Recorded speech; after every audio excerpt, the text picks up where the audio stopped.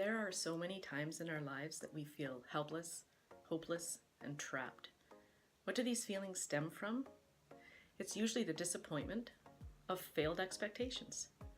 We feel the frustration of either failing or feeling as if we did ourselves, or we direct those feelings at someone else. If we stop and think, we figure out that we're living our lives according to expectations. You know the ones. They keep you up at night thinking and worrying. They wake you up or they won't let you sleep. When you take time to stop and really think through what is on your mind, these expectations are the trouble. And they aren't even real. They're thoughts that our mind has compiled from what we take in around us and what we perceive as required of us by others and what we think we should be, like based on expectations we have of ourselves and of others. It can be a crazy, massive confusion if we just let the expectations pile up. Most of our perceptions are based on inaccurate assumptions. And you know what happens when you assume. You make an ass out of you and me.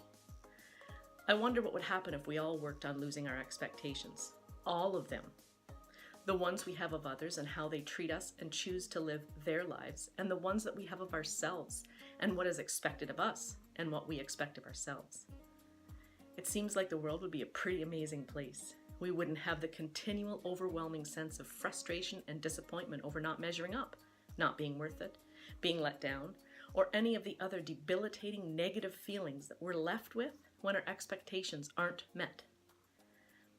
When we choose to live our lives according to our thoughts, desires, and goals, it seems that there's a natural flow of order that follows. And it's a beautiful thing. We sometimes think that putting ourselves first is selfish.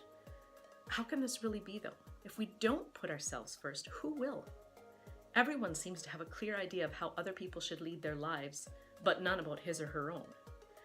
You owe yourself the love that you so freely give to other people. The bottom line is that I'm not here for you. Sometimes we expect more from others because we would be willing to do that much for them. That's a classic example of expectations that are bound to create disappointment. I used to think this example applied to the golden rule. I've come to understand that I'd missed the point, or perhaps added my own expectation to the rule itself. For a long time, I thought that it was reasonable to assume that as the golden rule stated to treat others as you would like to be treated, that it followed that if I treated others in the manner that I wanted to be treated, they in turn would treat me the same. This was certainly not the case for me with some of the people in my life. It seemed that it didn't matter how kindly I treated them or how much compassion and forgiveness I displayed, it was never enough. So what was the problem? Was the problem with the people that were abusing me and hurting my feelings? Perhaps part of it rested on them, but there was also a part that was mine to accept because of the expectations that I held. Had I extended forgiveness and compassion and love with only the pure intent of giving, I wouldn't have been hurt because I wouldn't have had the expectations of receiving. A wise prophet declared that we should give with a pure heart fervently. Notice the declaration is give.